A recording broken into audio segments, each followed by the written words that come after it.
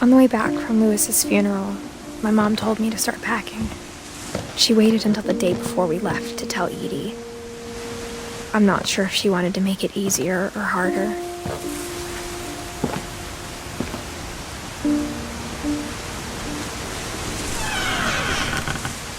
I wish we'd stayed. But I understand why we left.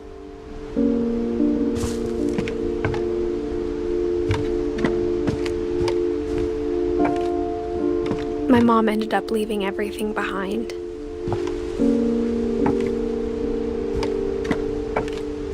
What happened that night had been coming for a long time. Maybe it should have come sooner.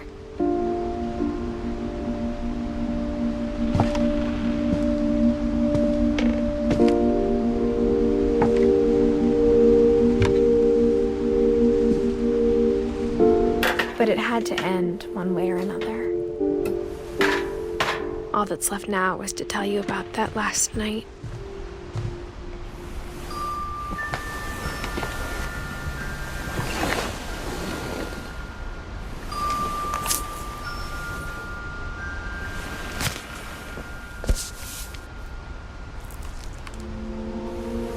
That whole last day, Edie just watched us pack and didn't say a word.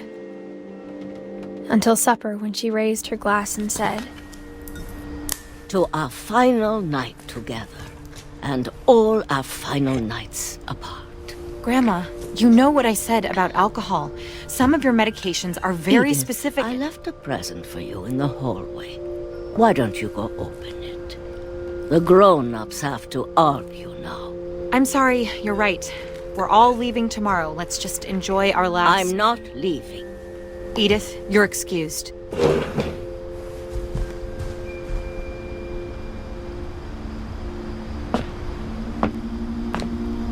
The power had been shut off that morning, but Edie always had plenty of candles.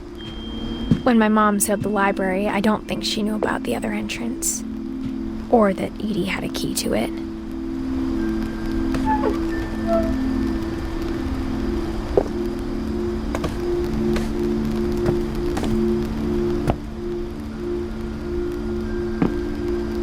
That thing you're afraid of isn't going to end when you leave the house. Edith has a right to know these stories. My children are dead because of your stories. I think it's best if Edith and I leave tonight. We'll have the nursing home send a van for you in the morning, okay?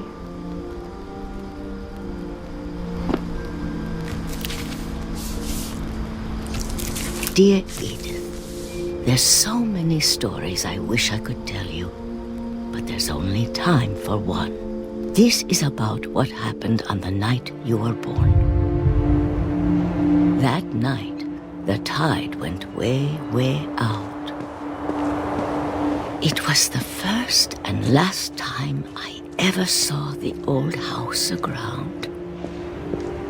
There'd been an earthquake out in the middle of the ocean. They called it the lowest tide in 1,000 years. God, it smelled awful. You know, I've seen that house every day of my life.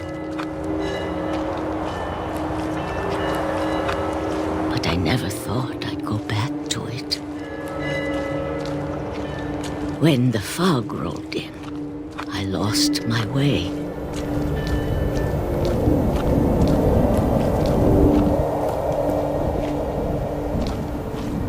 I got turned around.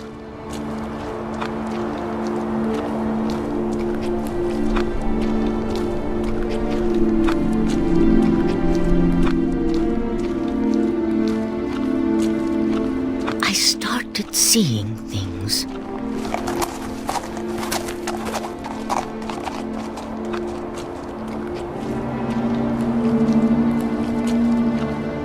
Things I'd forgotten had ever existed.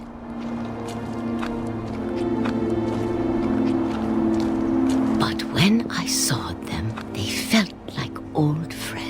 that night, a lot of things came back to me. Or maybe I came back to them.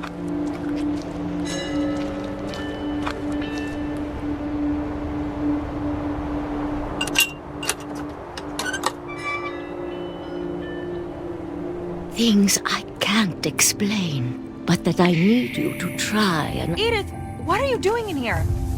It's mine! Edith! Mom, you're gonna rip it! Let go!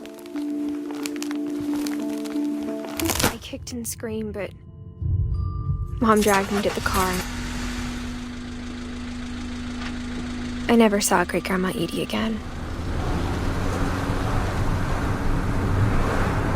The next morning, the band came to pick her up, but she was already gone. After that, we moved around a lot.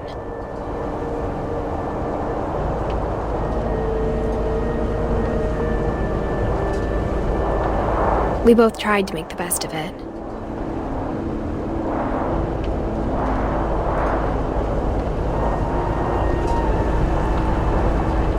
A few years went by.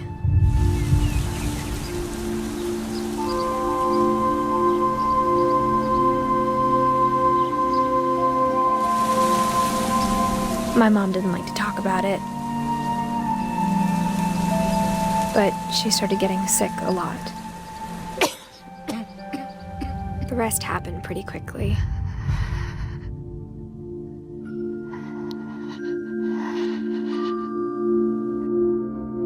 She got better for a while, and then she didn't. And then I was alone. The last Finch left alive.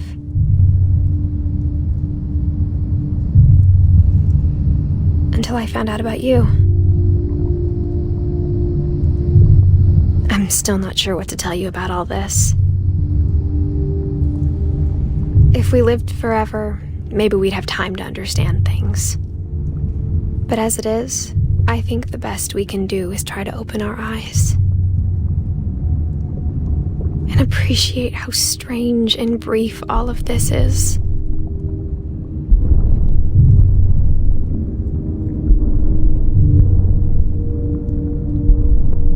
This journal was supposed to be for you.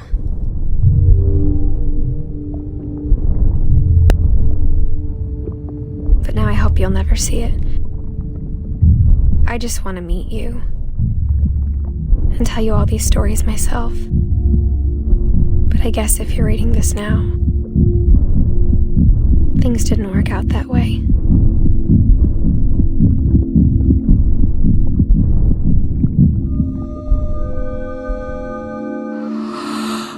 This is where your story begins. I'm sorry I won't be there to see it. It's a lot to ask, but I don't want you to be sad that I'm gone. I want you to be amazed that any of us ever had a chance to be here at all. Good luck.